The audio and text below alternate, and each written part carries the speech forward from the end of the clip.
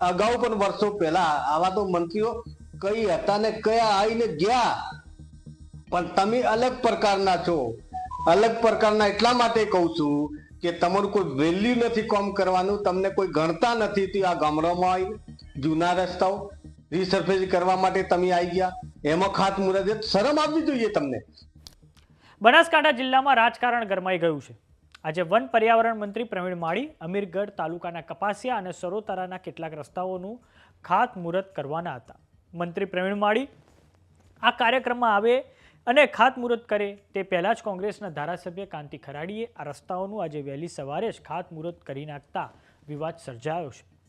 આ અંગે કાંતિ ખરાડીએ કહ્યું છે કે જે રસ્તાઓ 60 વર્ષથી બનેલા છે તે રસ્તાઓનું રીસર્ફેસિંગ કરવાની કામગીરી છે અને આ પછી મંત્રી ખાતમુહૂર્ત કરવા આવે તે પહેલાં જ મેં વહેલી સવારે 3 વાગ્યા પર આ રસ્તાઓનું ખાતમુહૂર્ત કરી નાખ્યું છે. તો આવો જાણીએ સમાચાર વિસ્તારથી. નમસ્કાર, જમાવટ સાથે હું છું પાર્થ.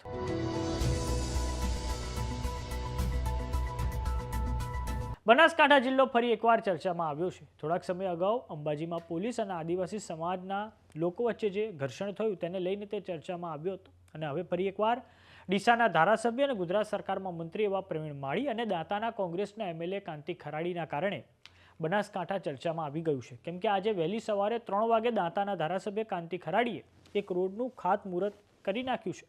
અમીરગઢમાં રોડનું રીસર્ફેસિંગ થવાનું હતું તે પહેલાં જ કોંગ્રેસી ધારાસભ્ય કાંતિ ખરાડી ત્યાં પહોંચી ગયા હતા અને ખાતમુહૂર્ત કરી નાખવામાં આવ્યું હતું. આ સમગ્ર મામલે દાંતાના ધારાસભ્ય કાંતિ ખરાડીની પ્રતિક્રિયા સામે આવી છે, જેમાં તેમના દ્વારા કહેવામાં આવ્યું છે કે મારા વિસ્તારના મંત્રી પ્રવીણ માળી નવરા થઈને બેઠા છે, એમને કોઈ બીજા કામ જ નથી. હવે મારા ગામમાં જે રોડની રીસર્ફેસિંગની કામગીરી થાય તેનું ખાતમુહૂર્ત કરવા માટે આવી ગયા. જો હું ધારાસભ્ય તરીકે બેઠો છું તો તમારે કેમ આવવું પડે?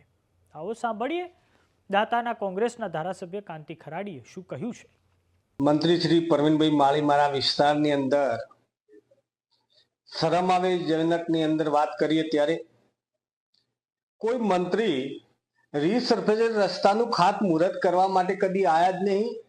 અને આ પ્રવીણ માળી નવરા ધૂપ થઈને બેઠેલા, કોઈ એમને બીજું કોઈ લોકોને કોઈ કામ નથી, લોકોના કોઈ વાતો સાંભળવાની નથી, એટલે નવરા ધૂપ થઈને મારા વિસ્તારની અંદર 60 વર્ષથી વરસેલા ગામડાની અંદર ત્યાં ડોમર રોડ પાકા રોડ છે, પણ વર્ષે ને 2 વર્ષે 3 વર્ષે રીસર્ફેસ રસ્તો આવે એનો ખાતમુહૂર્ત કરવા માટે આવી ગયા. હું એમને વિનંતી કરું છું કે ઓના કરતા આ તો છે જ એમની પ્રાથમિક ફરજ છે, રૂટીન કોમ છે.